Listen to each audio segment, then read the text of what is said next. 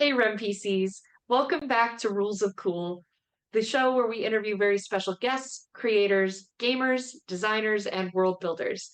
I'm your host, Rem Alternis, and today we'll be talking with Rusty Zimmerman, returning guest, friend of mine, writer for Shadowrun and Battletech and many other things. Rusty is a treasure, and I'm really looking forward to speaking to him today about just nerd things that we like. So that's going to be our chat for today. But in the meantime, don't forget to type in hashtag RemPC in the chat for your free entry to win a copy of Street Weird, the Shadowrun magic book for 6th edition Shadowrun. And Rusty has written a great big part of that for the adept section. So type hashtag RemPC for your free entry and get your bonus entries to win by donating bits and subs in the chat. For every 100 bits, you get a bonus entry, and for every subscribe, you get 7 whole bonus entries. So make sure you check that out. In addition, coming to Kickstarter, we've got Mobius Worlds Publishing is going to be putting out Prowlers and Paragons Ultimate Edition's new setting for Well of the Worlds. This is an isekai portal fantasy where your character enters this portal and discovers they have magical powers they didn't have in their home world. So check out the link in the chat to follow the Kickstarter and get notified on launch. Second, we've got Exit Vector, which is by Vector Tridents, and it is an aerial combat minis game. So you'll be able to get your rigor on and have chase scenes and fight scenes with maps, miniatures, and virtual tabletop as well. So check out the link in the chat for that upcoming Kickstarter as well. And finally, Overlords in Training is live now on Kickstarter. It is Catalyst Board Game Division's first Kickstarter that they've launched under the new conglomeration of board games together. And it is a fast-paced card game where you expend your resources fighting the other players while also conserving enough resources to face the ultimate boss, Mike. Designed by Kenyon Bills. This is his first game as he's graduating high school, and we are excited to have a new game developer in the making. So check out Overlords in Training, now live on Kickstarter. But let's get right to it for our week's conversation. So we'll be right back on PCs.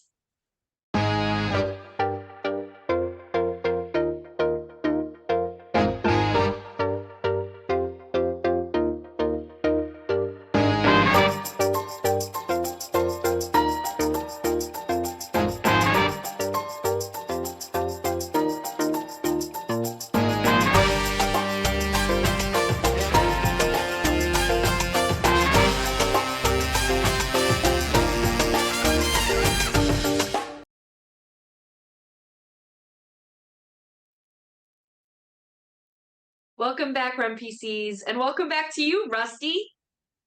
How's it going, Rem? Good to see you. Good to be here. It's great to have you on. I'm so excited to talk to you, as always.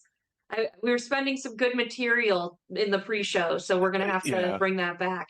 Yeah, we'll just repeat that friend conversation we had, call it professional, and be good. We'll just be very surprised when we tell each other the stuff. Right? Yeah. Just pretend. I didn't know you were working on that. Yeah. Awesome. Well, we're kind of going off book. Usually I have a whole bunch of research and questions for my guests, but having Rusty back on, I'm at ACD. I was almost going to say ACAD. I don't know what that is. ACAD. ACD Games Day in Madison, Wisconsin, sitting in the hotel room here. And Rusty, I know you just had a con recently, so why don't we just catch up on what we've been doing and just chat as friends here and invite the chat here, the audience here on Gen Con TV to hang out with us. Absolutely. I will use your con springboard to brag a little bit about Chupacabra Con, which is an RPG con here in the Austin area. We were down in South Austin this year, which actually opened up the San Antonio crowd, making it a lot easier for them to get up here also. So that was super cool. Lots of new faces, but it's a growing con. Next year is year 10. So it's still a little baby, but it's got pro industry guests that are all out of scale to like the number of con goers. Like there's normally between 400 and 500 guests at the con, and there's normally about 20 pro industry folk. So Wow. percentage wise, you just kind of never know where we are, right? You never know when you're going to be sitting down to play something with somebody that worked on a book or whatever. So it's really cool, and the seminars and panels are always fun, with a very small classroom vibe, because there'll be maybe four people up front talking to 12 or 15 people, and there's lots of one-on-one question and answer time. One of the seminars I do every year is just getting into freelancing and how to freelance and some of the ups and downs of it. And it's cool to be able to like straight up just ask people, why are you here at the start of a panel? Because there's it's an intimate enough setting that I can actually make sure I'm going to talk about exactly what everybody wants to. So yeah, Chupa's pretty great this year, and moving forward, I am actually the volunteer in charge of industry guests. And guess who the What? first person I asked was? What? Who was it? It was Ram. So Mm. yeah, we're going to do our very best next year to have an interesting industry perspective that is a little bit different than we've normally had, because Rem does all kinds of stuff, not least of which this show, but also being community manager and marketing and doing all sorts of crowdfunding and stuff like that. So I'm looking forward to kind of trying to net something besides just another freelance writer, which, not to say we're not awesome, but uh, there's so many of us there and not so many people with a couple other jobs. So it's a really cool con. We're shooting for the first weekend in May next year. Like I said, it was literally just a couple weeks ago here. So hey, Chupacabra, Austin food. It's hard to beat. Keep us in mind, Austin people. music? I mean, I guess there's in theory some Austin music. Like technically, whatever music you listen to while you're in Austin is Austin music. So that's that's, that's technically correct, the best kind of correct. But yeah, so Chupacabra, it's a fun one, and I'm glad that this year it is once again my easing into convention season. I'm not quite the Cool. globe-trotting con goer that Rem is, but this year is my return to Gen Con. I had an uninterrupted streak of 20 years going into COVID. So I'm Wow. really excited to be coming back this year and Yeah. seeing so many of my convention only friends and doing all the convention only stuff, and even just the road trip from Texas up to Indy is part of the fun for us. So yeah, definitely looking forward to Gen Con this year. That's awesome. Yeah, for me, you said globetrotting. So I've been with Catalyst now for almost 3 months, and I have now been to oh God, what did I do? I went to one day of Adepticon. I went to GaryCon because I was going to go to that anyway. Um, then I went to Gamma in Reno, and now ACD. And I think I figured out that I'm now going to be traveling once a month for the rest of this year Nice. until December. But that might be the perfect time to do Karinsky Con for the big level BattleTech backers. Yeah, So maybe I'll end up traveling for that too, nice. which is really fun. It's cool to see these shows that I've never seen before. I'd never been to Adepticon because minis wasn't my thing for a while, and now that I'm starting to get into BattleTech, it got a really cool energy. And then GaryCon is always amazing in Wisconsin, Lake Geneva, and then Gamma was really fun. It's a great networking event. Everyone that like you Yeah, just sit down somewhere and you're talking to someone that like founded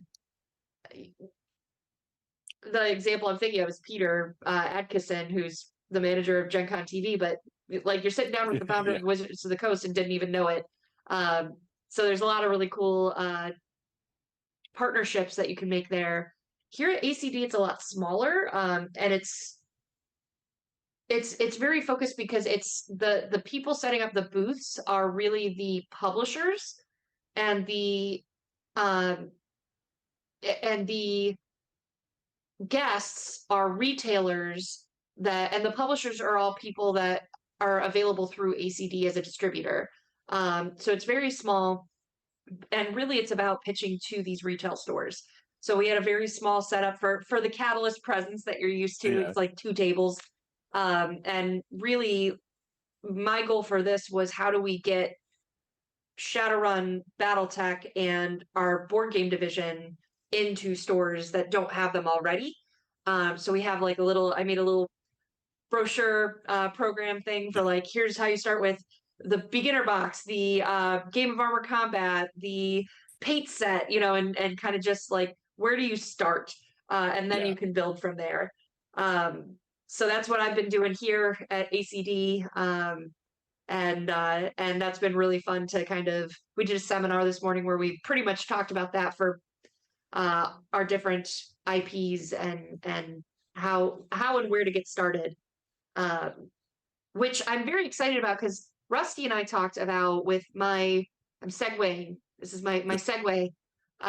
Seamless. Now I'm thinking about riding a Segway. But I'm thinking, so I'm new to BattleTech. I'm not new to Shadowrun, or not as new. But for BattleTech, just getting started, I want to be able to put content out that's like the unboxings and lore building, and like, where do you start with 40 years of lore? And Rusty, you have reached out about like, yeah, I'll help. So I'm excited to kind of figure out what that's going to be in terms of content on YouTube or something, and talk about all of that so that people can kind of grow up with me in BattleTech and be like, okay, Yeah. we start here and then we dabble over here and we dabble with Alpha Strike, and what's next? What's Clan Invasion? And keep building off that. Yeah, and there's definitely a lot of it to go over. And that's, to me, one of the lasting appeals of Shadowrun and BattleTech is the evolving timeline. They're not just like stuck in stasis in kind of a timeless way, or a snapshot etched in stone. Shadowrun, of course, has been almost, and often at times has been, a real-time evolution of the timeline, so that it's been 33 years in universe, just like here in real life. BattleTech has broken that trend some, and that they have a couple generational skips here and there. But the thing with both of them is that they're very alive feeling, because of that, because there's this actual canonical meta plot that keeps on grinding. And to me, getting back into BattleTech after being away from it for a couple years, BattleTech was my first war game. I used to play it at my buddy's house back in high school. When his big brother was out for the weekend, we would take over the bedroom floor and we'd lay out our map and we'd play our stuff. And then when his big brother was getting back, at the end of the day, we would write down like the hex code for where our mechs were, and then pack everything back up so we could pick up where we left off the next week. Right. So, Oh, that's cool. yeah, back in the day, right? Didn't even have a table, just playing on the floor and loving it, But getting back into it, it's really scratching my historian itch in a very satisfying way. I'm a military historian by education and formal training and stuff. I just happen to go into freelance full-time geekery instead, so really getting my money's worth out of that master's. But yeah, it's a lot of fun, and it's cool to research the history of a military unit, and to look up the history of a planet, to read up in real detail about a given war.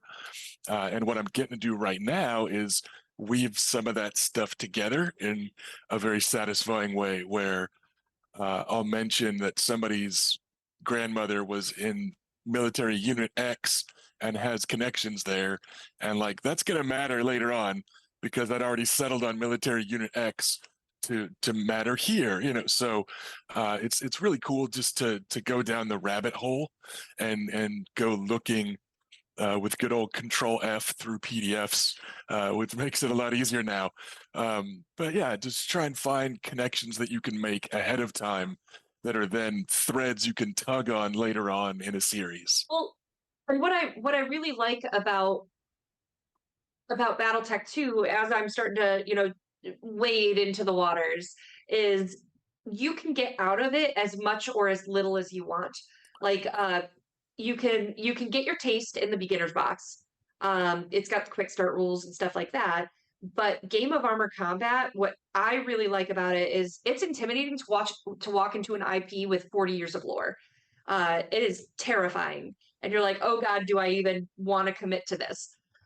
This is like a new relationship. But that one box is all you need to play the game for years. And everything else is an expansion on that. Like you want new rules, you want new mechs, you can do that. You can expand in the ways that you want without impacting that base game, and you can just start there. Yeah. And then if you want to dive into all of this depth that you have, you can do that. And there's you can get as deep or as shallow as you want to with this game, and the world and the lore around it, which I really like. Whereas Shadowrun, it's almost, for me, it's like learning through urban legend, where you sit down at a table and someone makes a joke about bug spirits. You're like, wonder what that's about. And then you start to kind of like absorb more and more about the lore of this world just by the experience of playing at a table with people. And that's part of one of the things I really like about it is sometimes someone will say something, I'm like, I don't know what that is. And like, why do you never deal with a dragon? Like, what are dragons scary for in this world? You know, and you start to hear the horror stories that come up of like, oh, that time we fought that one, and you know, we almost got God sent in on us, and you know, things like that, where it's like, what's God? You know, so it's all of this like just learning through the stories people and their experiences gaming are telling you, and then again you can get deeper and deeper into the lore as you want to. But I really like the kind of comparison of the two, from my perspective anyway, and seeing how different they are but how unique they are, and that's what has been drawing me in. Yeah, and it's neat because there's also just a different perspective. When you're playing BattleTech, you tend to be playing a lance or a company or a regiment or whatever, and not one character. Like in an RPG where you've got a person and you think a little bit more True. about their perspective or whatnot. And I think this carries over into the fiction, and that's one of the things that I'm having some fun with my current BattleTech projects. Is it's not 500,000 words of first person narrative from one guy, right? It's a story about a military unit, a merc outfit, and how they're forming, and more of the people in and around it, not just one person. So jumping that point of view from character to character and trying to change your tone and your outlook and the perspective from story to story, because you want it to feel like the group is the main character rather than one main character. And I think that's Sorry, I didn't mean to interrupt you. Go ahead. no, it's your show. Talk. I was going to ask you, is that kind of, what is your approach then? Is that kind of your approach to writing for BattleTech stories versus writing for Shadowrun stories? Like, how do you, what makes those two processes different for you? Honestly, like that is the biggest one. I'm trying not to focus on one person in my BattleTech work. I'm currently contracted for like 200,000 words of BattleTech, 10,000-ish of which is out in Whapacha, Shrapnel number 11, which I just had to get a print copy. It was my first BattleTech work, right? But yeah, I've got a short story there in Shrapnel 11 that is going into some of the, as of yet, unfleshed out history of a battle mech manufacturing company called Mountain Wolf Battle Mechs. And somehow I fell in love with Mountain Wolf Battle Mechs when I was jumping back into BattleTech after being out of it for a while. And I was like, man, these guys are interesting, and there isn't a whole lot written about them, and they don't make any sense. And I need to make it make sense. So I was like, cool, let's do this. So I'm kind of jumping in and filling in some of the spots in their history to Cool. try and make sense of some stuff. Like they get the electronics for the mech that they make in kind of like the galactic Southwest, right? If you think of the inner sphere as like America, they get all the electronics from the magistracy of Canopus, right? So just think like Arizona, right? But then they make the mechs in like New York City in the Outworlds Alliance, way, way, way, way off on the East Coast. But the headquarters of the company is in like Utah, back over to the west. And I know it's spinward and anti-spinward, and there's actual directional terms for the inner sphere, but this company is just spread out so weird. And I'm like, how do they make money? How, how is this a business? Why is this a business? Why did they do this? And I'm having fun filling in some of those blanks of, why and how they ended up with the business arrangements that they had. Um, and this is going to age me a little bit, perhaps, but back when we read our comics on stone tablets, there used to be in the Marvel Comics letter column what was called a no prize, where you found something that looked like it was an error in a comic and you explained it away. So it would be something like, well, in page 12 of this one, Storm Shadow deflected a rifle shot and his katana broke in half. But then in page 17, he had a full size sword again. And then you would explain, like, oh, he must have picked up that sword from one of the other ninjas he killed. Yay, do I get a no prize? And you'd send that in to the editor and stuff, right? And that's kind of what I'm doing, is I'm trying to like get a no prize about making Mountain Wolf battle mechs make sense.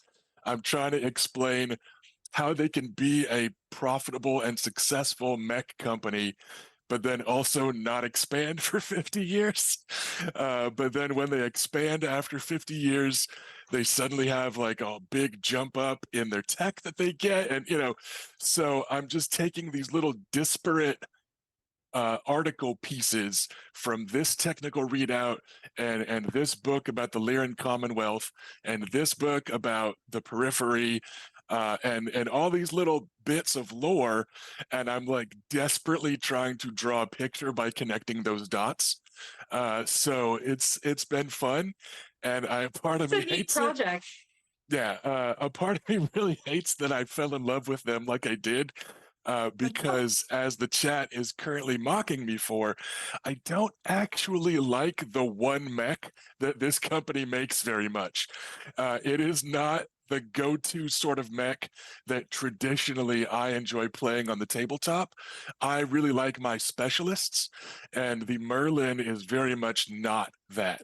For a quick little lore dump, the Merlin is the everything and the kitchen sink mech that initially got used for how to build a mech 30 years ago or 40 now, so it was just the rambling kind of write-up in the chapter of how to do this, and it was never made canonical until decades later. So it's just this weird mech with a little bit of everything on it, and I hate it. Like I don't like that. I really like specialist mechs when I play, but I've been making myself play Merlins and they actually are growing on me. I think part of my job, whether writing for Shadowrun or Battletech or Gangs of the Undercity or anything, is you want to make people want to play the game, right? You want to make your character sound cool so that somebody wants to go buy Street Weird for Shadowrun 6th edition and then like make an adept like the one in your book or whatever, Yeah. right? Part of your job is to reflect the game so that people are interested and passionate in the game and then they want to go buy stuff for the game, right? That's kind of what we're doing. Keeps you in business. Yeah, we're writing commercials is one way of thinking of it. It's not quite that shallow, but it's still sort of your job to represent the stuff that's in the game and to make it sound cool. So because I'm writing for a very Merlin centric company, I'm like, I need to kind of learn what it's like to have Merlins on the field and see how they work and how they don't. And spoiler alert, the second piece of my Mountain Wolf short fiction, coming to a Shrapnel issue 13 near you, is kind of a little love letter to that, what the Merlin does and what the Merlin doesn't do. Cool. It's Okay. jumping a little bit ahead in the timeline from this first story, as my stories are kind of leapfrogging 10 or 12 or 15 years ahead at a time and getting closer and closer to the serial fiction and the novella and the novel. But yeah, I've got some short fiction scattered into Shrapnel that's kind of planting seeds ahead of Mhm. time. But yeah, I've made myself play a Merlin in some tabletop campaigns. I've busted out the Mega Mech a lot and played a bunch of Merlins there. And yeah, it's been a really good time to force myself out of my comfort zone as a gamer, instead of just writing all of my fiction about, wolfhounds and archers or something, some of my traditional favorite go-tos. It's like, no, like I have saddled up this mountain wolf, and now, damn it, I got to ride this thing. So I'm making myself kind of stretch my legs a little bit as a gamer to better do my job as a writer, Cool. which has been fun. It's been really neat. All right. Enough about BattleTech. Come. Is there ever really enough about that? Okay, fine, fine. Go ahead. Yes, because I want to talk about Shadowrun. Okay. So you are you write for one of the most successful fiction series of Shadowrun. So, but we've also been talking about the team or the Lance element of BattleTech. So like what's been sticking in my head as we've been talking is Shadowrun, like it is a team. So why do you think so much of the fiction is focused on one character? It's like, oh, I like that was my question. I'm For a tired couple and reasons. that's the word. Uh, I think by default, a lot of Shadowrun fiction tends to focus on one character because Shadowrun gamers tend to focus on making one character. And I think that Okay. that's the easiest kind of shift in perspective, is to go from making one character and the rest of the team around them being like supporting cast, uh, or as is often in the case for my stuff, because you're not actually writing about a Shadowrunner, because the Shadowrun universe has a lot going on that isn't Shadowruns. So Hmm. I'm talking about, Jimmy Kincaid, Noir PI, or Dash from Blackbird 1, Blackbird 2, Blackbird 3 trilogy out in ebook, um, who aren't quite exactly Shadowrunners. They're more deeply, intensely personal stories about one person and their place in the community, in Jimmy Kincaid's sense, or one person and how the repeatedly apocalyptic Shadowrun timeline has brutalized you, in the case of Dash in the Blackbird stories.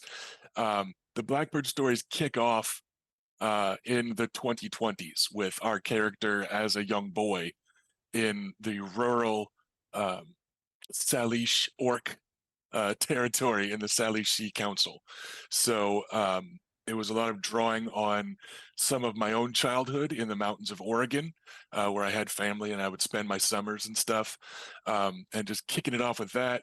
Moving through to basic training, which again, I thanked my drill sergeants in the foreword of the first book, because I tried to turn, you know, basic training into something fun and awesome and Shadowrun over the top, but they tend to be, for me, just more kind of personal stories about one character and how they deal with all the bulldrek of the Shadowrun universe.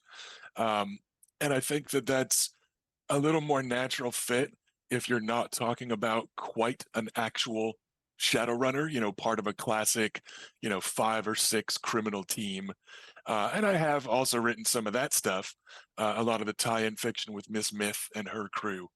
I try to rotate the point of view from chapter to chapter, so you get a little bit of the Decker, a little bit of the Street Sam, a little bit of the Mage, I and that sort of really thing. enjoy I really enjoy those two.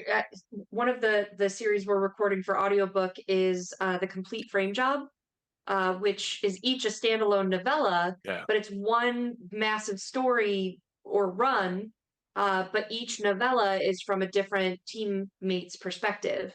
Um, and I really like that kind of switch so that you also get, and it kind of reminds me a little bit of the Shadowrun Missions tournament, where you get a character and it kind of tells you a teeny little blurb about how you feel about the other characters and what your Right. relationship is.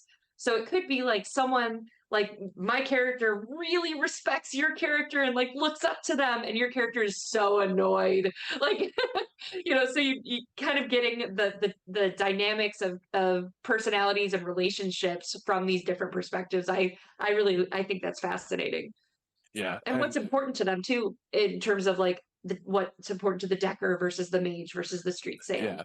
And that was one of the things I tried to do in Stirred, which was the second novel in the Kincaid trilogy, which is Miss Myth and her crew.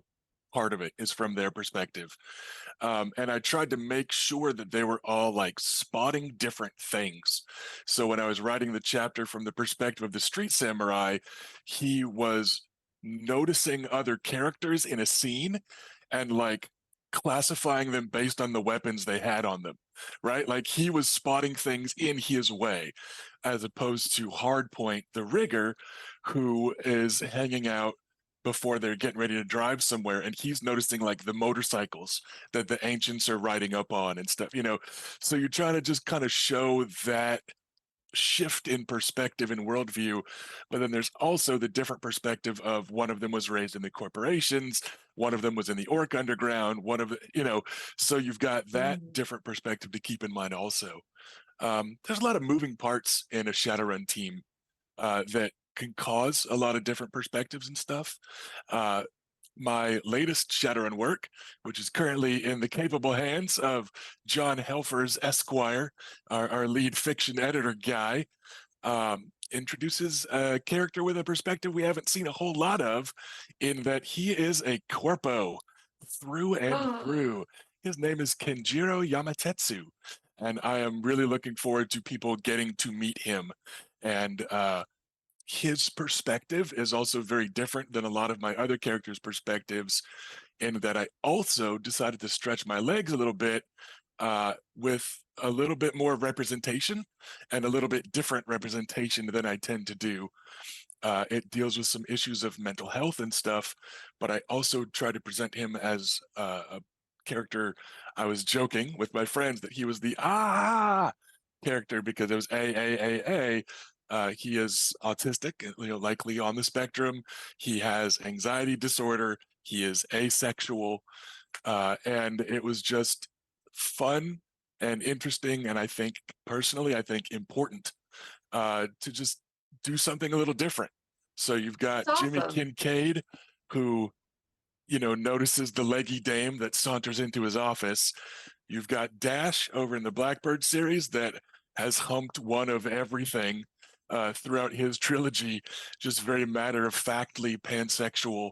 And now I've got Kenji, who has his own perspective on that sort of thing. And it's kind of adorable when people try to flirt with him. The team face tries to seduce him or whatever in classic Shadowrun faction, and he's like, "No, thank you," very politely. So yeah, it was a good time to write Kenji's story, and once again, of course, it loops back around to some other stuff that I've written. There's some Easter eggs in there from some of my Ooh. prior work, which made me feel really old. The fact that I'm now doing a deep cut to stuff that I wrote, because it made me realize that it was like 12 years ago. So yeah, I've gotten to that stage in Time my marches career on. as a writer where I feel like a historian looking at my own work. That's cool. That's very, very humbling and aging. But yeah, I'm looking forward to Synergy making it through editing and stuff, and I'm hoping Cool. I'll be able to sign some copies at Gen Con and stuff. Neat. That's awesome. So tell us a little bit about, since we're doing it, the giveaway today, which hashtag RunPC in the chat for your free entry to win the PDF of Street Weird, which is the magic book for Shadowrun with rules and stuff like that. So you got to write quite a chunk on that. Why don't you tell us about that, and Why, with all of your works in Shadowrun, why did you pick that one for the giveaway? Uh, Partially, I picked it because it was the most, I think, universally useful of my recent Shadowrun work. It's got lots of mechanics in it that almost any game table can use, whether you've got a Hermetic Mage or a Shaman or an Adept or a little bit of both or whatever. That's something that every GM and a lot of players could get mileage out of. So I wanted you guys to give that away. My other most recent work with a lot of mechanics to it was Loftware's Legions, which was the book that introduces Drakes for Shadowrun 6th edition, which was fun and Ooh, was a lot of work and was well received. And it's got a little bit of fiction. It's got a bunch of NPCs in it. It's got rules for Drakes. It's got a new martial art. It's got a largely NPC centric initiatory group. I had lots of kind of crossover stuff where I was reaching out to people that were working on different things, and I hit up a couple of my German buddies for some translation because cool. German translations tend to just be piling one word on top of another, but I wanted to authentically pile one word on top of another for instance, the name of this Drake-centric martial art. So it's a fun one, but it's also very specialized. There are a lot of game tables where some of the weird stuff like Drake's isn't quite as welcome as it could be because a lot of GMs prefer a certain vibe to their game, maybe a little more classic 2050s feel, or maybe it's just too many moving parts for them mechanically to want to keep track of and to look out for abuse for and stuff. So I figured Street Weird would be the most kind of generally applicable because Cool. I can't think of many Shadowrun parties that can't use something from that book. So Yeah. there's that. In Street Awesome. Weird, I wrote the section on adepts. Adepts have long been my jam. I kind of made my first actual splash freelancing for Shadowrun with Way of the Adept back in 4th edition, which was the first of the Shadowrun options line that was an attempt at bolstering adepts a little bit and giving them a little bit more flexibility and flavor and presenting mechanical rules for what are called ways. For several editions now, adepts in the lore have been said to follow a certain way, whether it's the way of the warrior or the way of the speaker or the invisible way, right? And this is kind of how each adept channels their power and thinks of themselves and how their magic works. But we never really had rules for it in some editions, except for a while there was rules that were like, if you don't have a way, everything is harder. But like we didn't reward you for having one, we just punished you for not having one. And I'm like, let's fix that.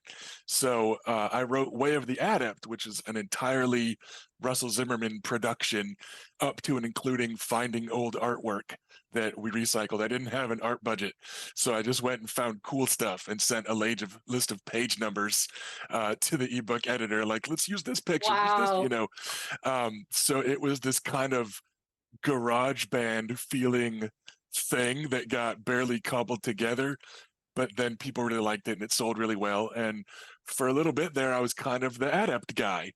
And then the opportunity arose to do that again in 6th edition, basically.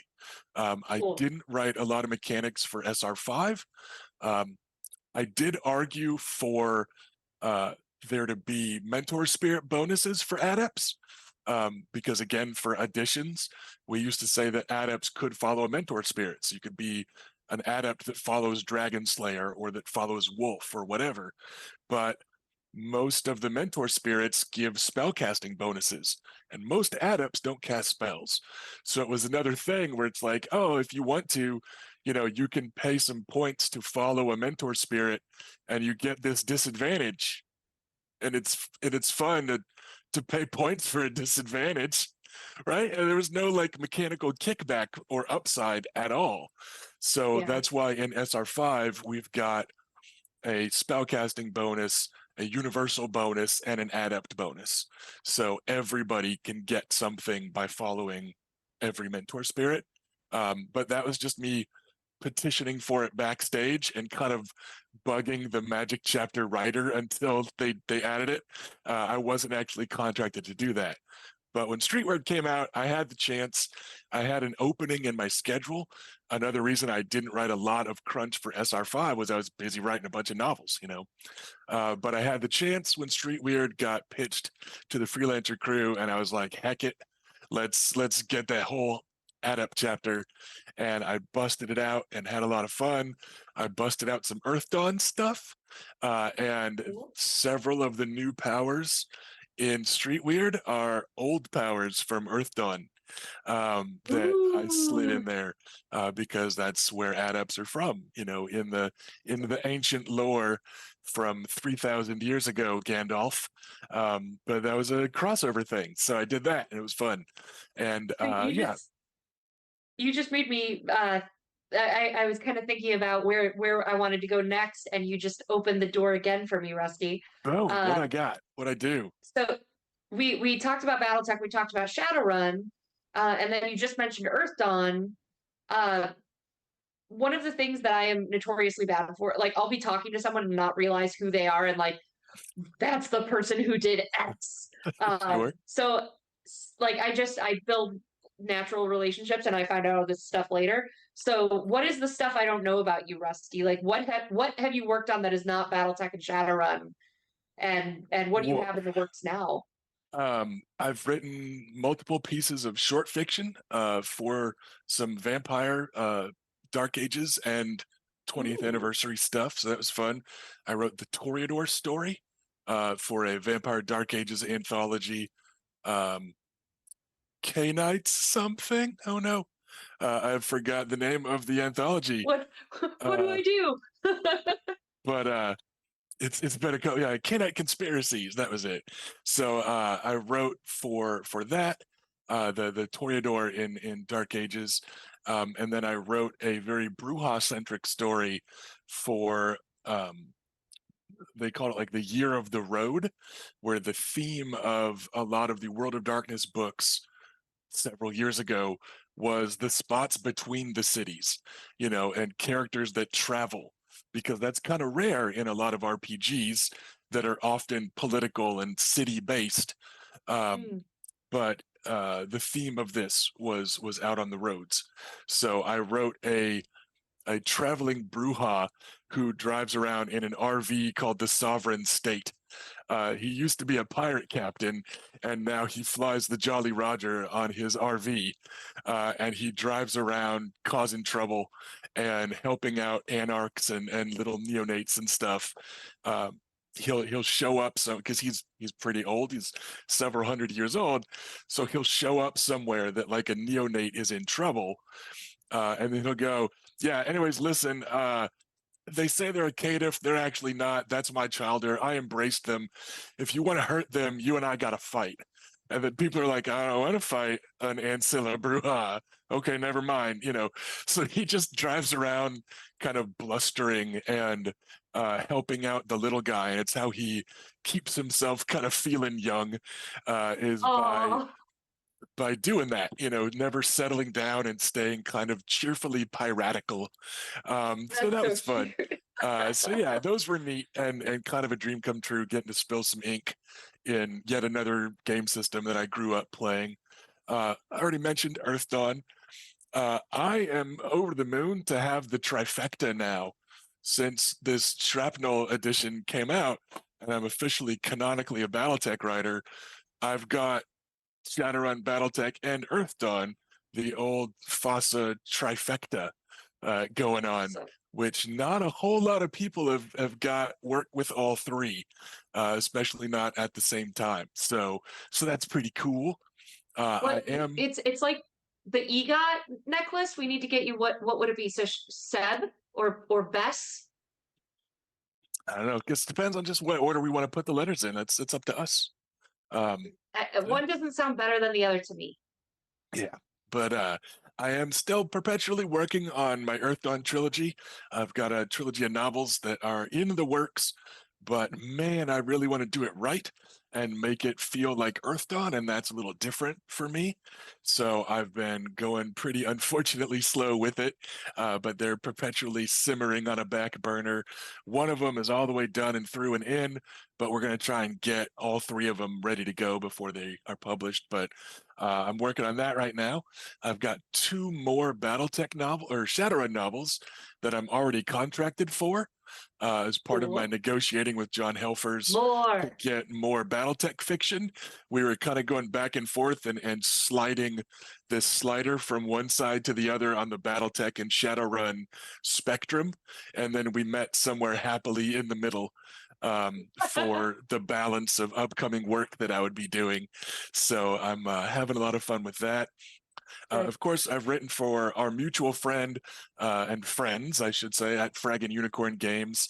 I did some fiction for Gangs of the Undercity, their first big anthology, and I was the lead character, writer, designer man for the core Gangs of the Undercity book. All the little lore pieces for all the different characters.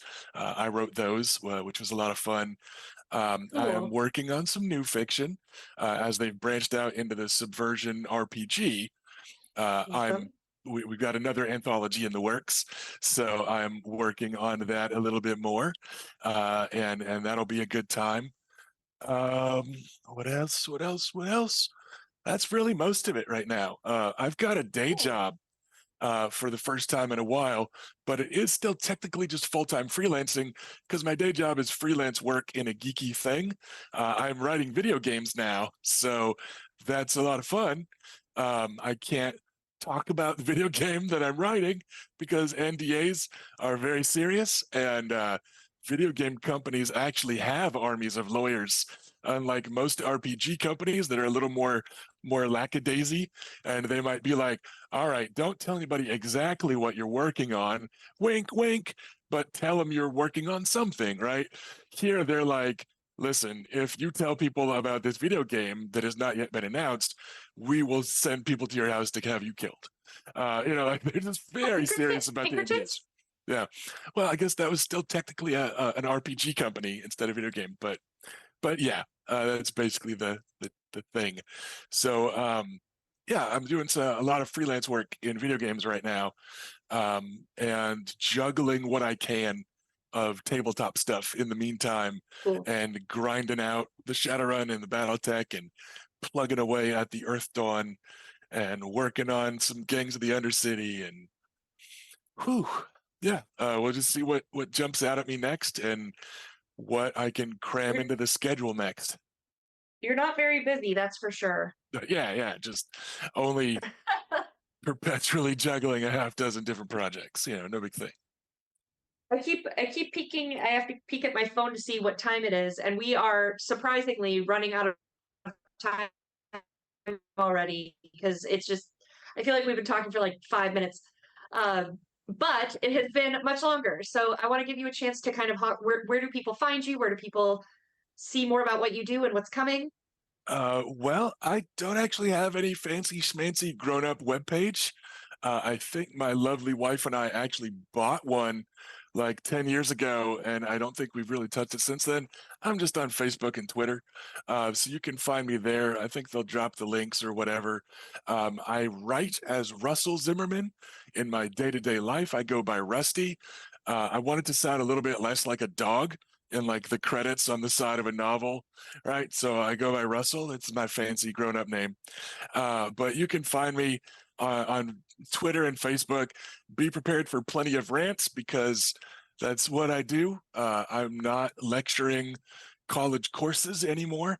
So instead, I get my rants and my lectures out every now and then on social media.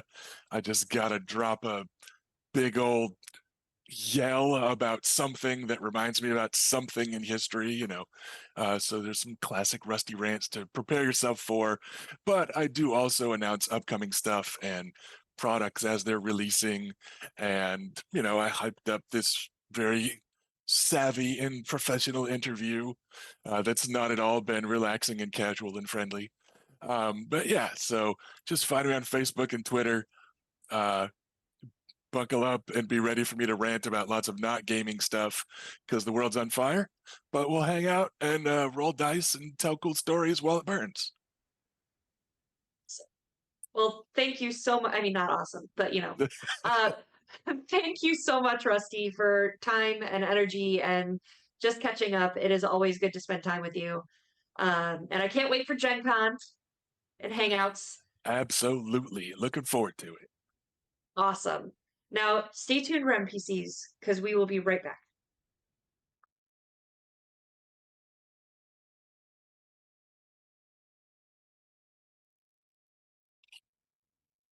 Hi, everyone. Don't forget that you can enter to win today's giveaway, which is a PDF copy of the Shadowrun Magic book, Street Weird. And you can do that and get your free entry by typing hashtag REMPC in the chat. You can also get bonus entries by donating bits. Every 100 bits gets you a free extra entry. And you can also subscribe, and every subscribe gets you 7 whole bonus entries. So thank you all for your support, and don't go anywhere because coming up next is Shadowrun Emerald Glitch.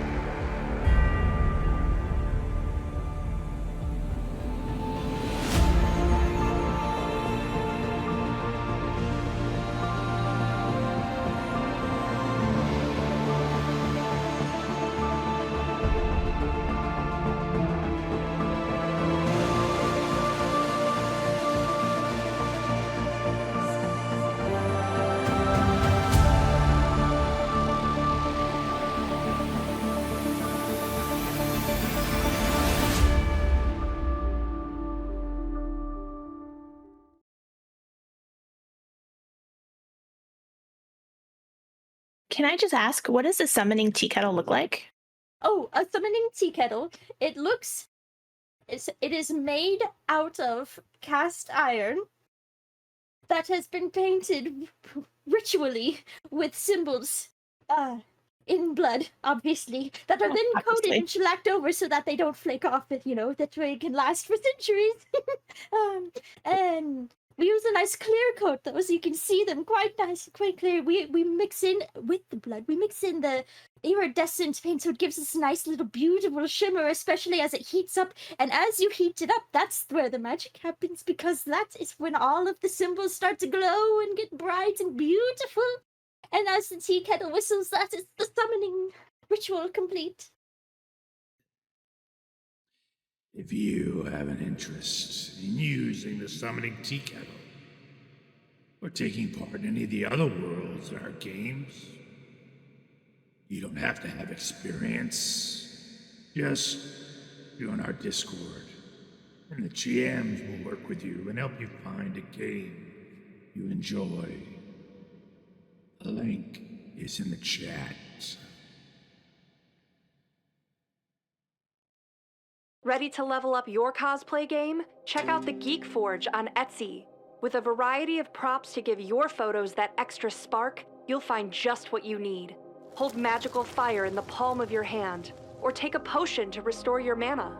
With a large variety of colors, you can choose your own magical flavor for your cosplay. Bring drama to your photo shoots with these vibrant props and more, all available at the Geek Forge. Are you ready to level up your cosplay?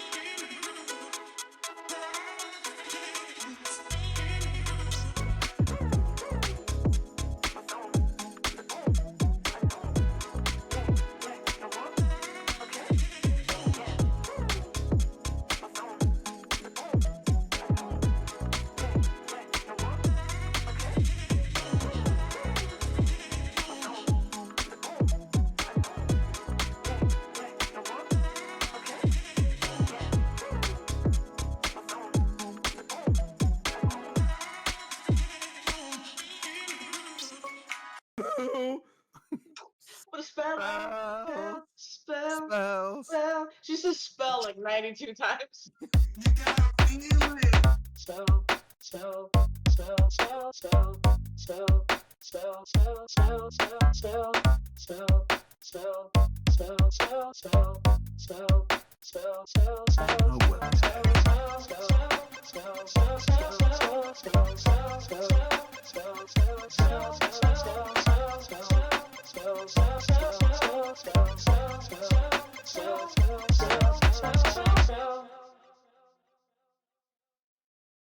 You get to play with us now, which is so exciting. So with channel points, bits, and subscribes, you can give rewards to the player of your choice. So how to do that is, no, not Bob.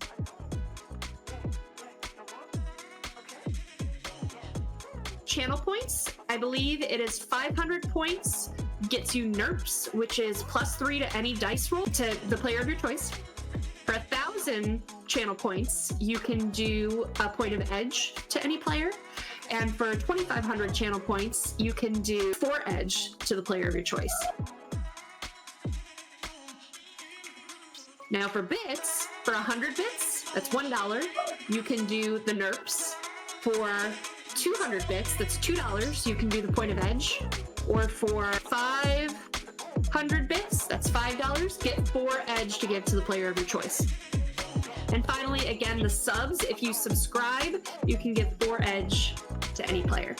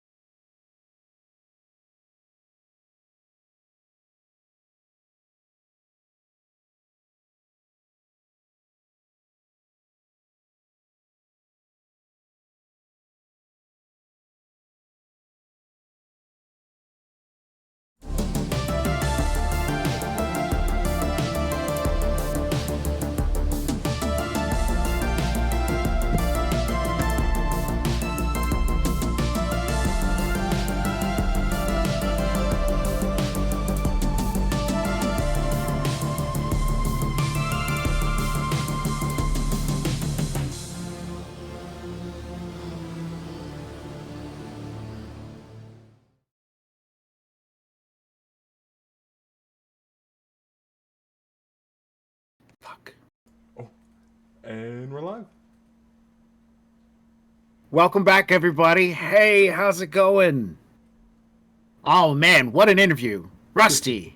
Awesome guy. So, hi, I'm Max, and I'm here to run Shadowrun for Alternis over here on Gen Con TV. We've had 2 sessions so far with this amazing group, and so now we're moving on to the next part of this story that they're crafting. And if you have not had a chance to play catch up with the other 2 videos, definitely give it a shot. It is over on our Shadowcasters Network YouTube, I think. See, I'm the person that's supposed to know, and I don't even know. So, back to the Tiger's Den. Our intrepid team, Convoy, Arcole, Rhea, Nova, Steel Tiger, regroup at Steel Tiger's tea house, and they're going to kick off their mission. They delve into the world of Hooper Peacekeeping PLC, aiming to extract, what was it? Oh yeah, Millard Allen. Yeah, some cybered up individual who's trying to jump ship, and apparently Hooper Peacekeeping doesn't want him to leave. With their honed skills and their determination unwavering. Yeah, I don't know. That's a bit dramatic, but that's you guys, right? Unwavering? No? Oh, they're absolutely. smiling. Yeah, oh, yeah, sure. there we go. Okay. They face the daunting challenge ahead of them. Will they outwit the corporate machine and secure their target? Join us as the shadows come alive, an exhilarating night of high-stakes legwork. That's an oxymoron for those who don't. Legwork and high stakes, it's not. It's like some of those old gumshoe TV shows where the 2 guys are sitting in the car drinking coffee and watching a building for like 8 hours straight and swapping out stories, and one of them's taking a sleep and the other guy took his shoes off and he's got those stanky feet. That's what we got going on here. Eating bean burritos. No Arcole, put your shoes back on. So It's just not comfy. Well, let's find out who's going to be the one making the run to the Taco Temple to get some broquitos for the game tonight. All right. So, I'm going to hand this part over to Steel Tiger, as you guys have moved. The cat's moved too. You guys have moved from picking up Steel Tiger and going to his tea house. Now, you have, as players, you have 2 options. We can have like a little conversation in the truck on the way there. So you're like a segue from where you were to where you're going to be. Or we can just be at the tea house and we can have all the conversation there, because Chris has got this really great description for all that stuff worked up. So, which would you guys rather do? Quick conversation. Go ahead. It's season 2. Should we continue with the awkward car rides, or No, we got the awkward hand waves. We've moved past that. We've evolved. And let's One more hear for about this old time's shop, sake, if I you want. guess. Oh, what? What are we doing? Let's vote. Who wants to stick up with the awkward car rides? We've got 1 vote from Billy Berserker. Players vote. Audience vote. And I'm going to weigh out and see which direction we go, and we'll skip if we... Come on. Show hands, players. I'm not going to hold my hand. No, none of the players want to do an awkward car conversation. Okay, you didn't give us the options. Like, you're like, okay, who's for the awkward car ride? And then we can raise our hands. And then who's for the tea shop? And then we can raise our hands. Okay. Who's for the tea shop?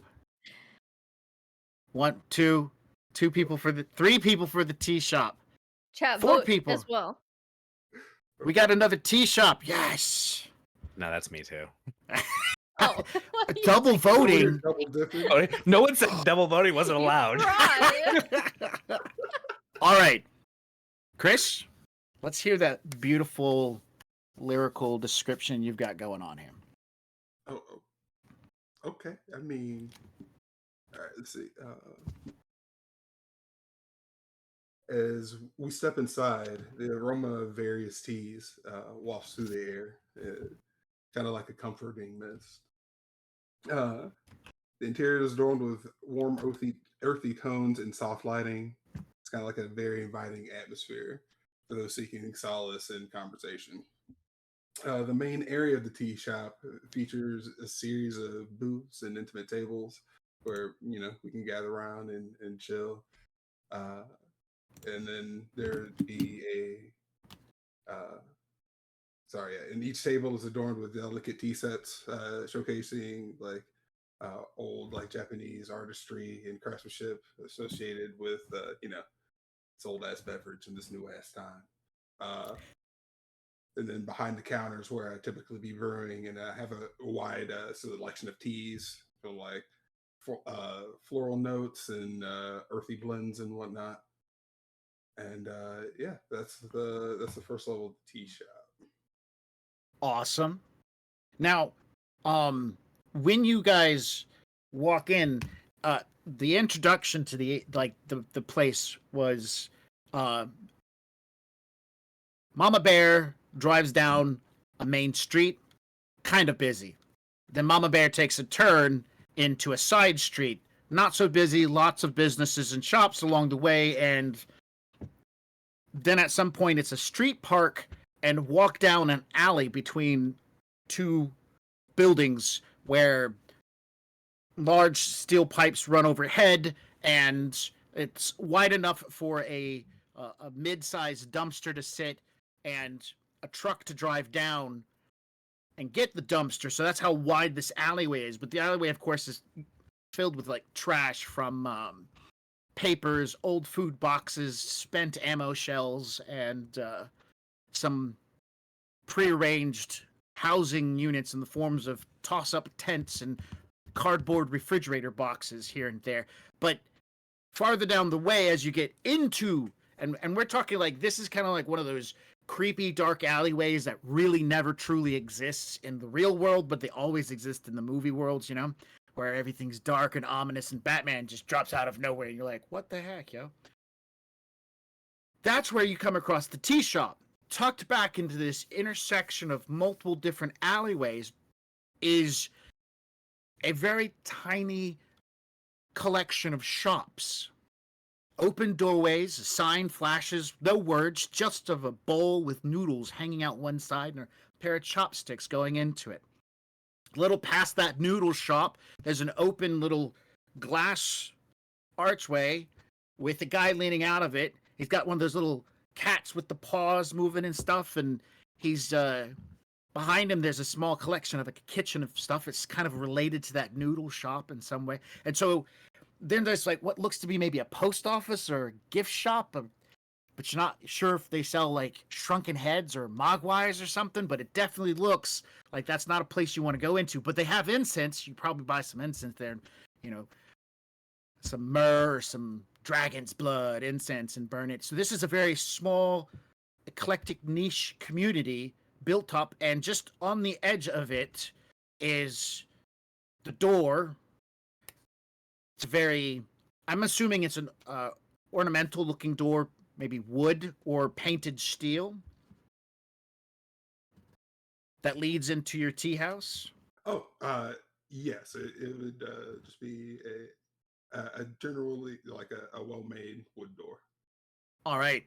Well, upon arriving, your SIN that you use to access it and get in, that represents your business persona, opens the door and you walk in, and there's that wonderful aroma and everything.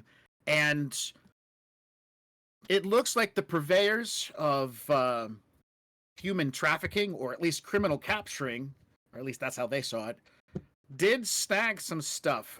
Several tea boxes have been pulled down and rooted through, and for the most part, you notice there is a single cup and saucer missing from one table. The other 3 are still there, but one was taken. The teapot that sits in the center, that you put out, and they took the little stand the teapot goes on, and one of the saucers for the cup and the cup, but not the teapot. You don't see any missing. So it's like they either didn't know what they were grabbing. They're just like, this is cool. I'm going to take this. So, yeah. And it looks like they snagged some teas. Hopefully they know how to brew them and not just going to shove them into their pie holes and hope that that's how it works. But, you know, how are you going to guess it? So, as you guys, now this is what, 4 o'clock in the morning, 5 o'clock? What time of the morning is this? I have a question.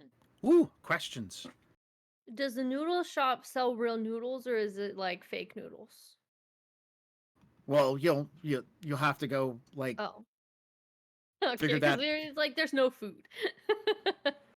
Well, no, there's food, but food's expensive. You said there was no food. No, there's food. Oh, okay. It's never just mind. expensive. Everything is usually, if it's affordable, it's made out of soy. Okay, that makes more sense. All right, that was my question. Or rice. It's made out of rice or soy. So, like, I can't remember. Like, we had started the game at like 3, and then you picked him up. So was it like 4 in the morning? Sounds about right. Sounds good. 5-ish, 5 to 6, something like that. All right. So do you guys want to mill about, ask some questions? I'm going to open the floor to you guys to start talking about what happens next. Welcome in. Make yourselves at home. I'll be right back. Then Steel Tiger is going to go downstairs and change really quickly. I kind of just shout towards the direction that you walk down, Steel Tiger, and I say, like, hey, do you have a white noise machine or anything like that? Yes, I do. And I'll go ahead and set it off. All right. Considering I have a couple of them set up inside the tea shop. I assume they're part of your personal pan here at the tea shop?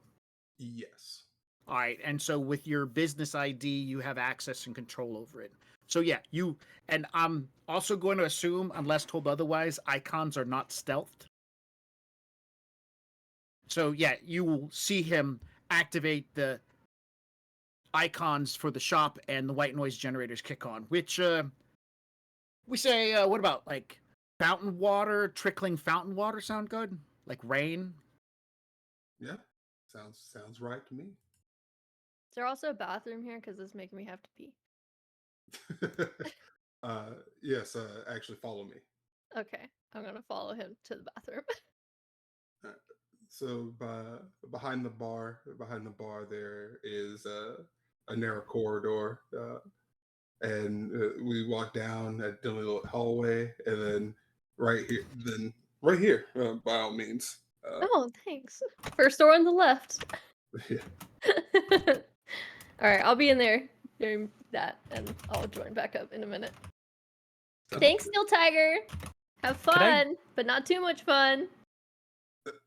Yeah. He's just gonna keep walking back to grab some clothes. Can I tell that this place has been? Yeah. Like, I is was it about to apparent ask the same thing?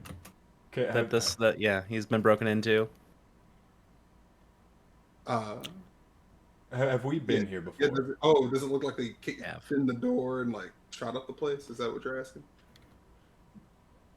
They did not kick in the door, but they didn't shoot up the place. They just shot at you. So there is this place where there's a lot of sticky shocks that had hit the counter and the whatever they could possibly hit, because you were currently counting money. They took all your money from the day, so you got robbed in that manner. And they took tea, and they took a teacup.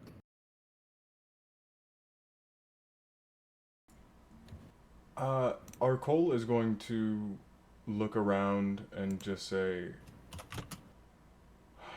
this is a really rundown place that you're looking at. I don't know who would want to come here to try to relax.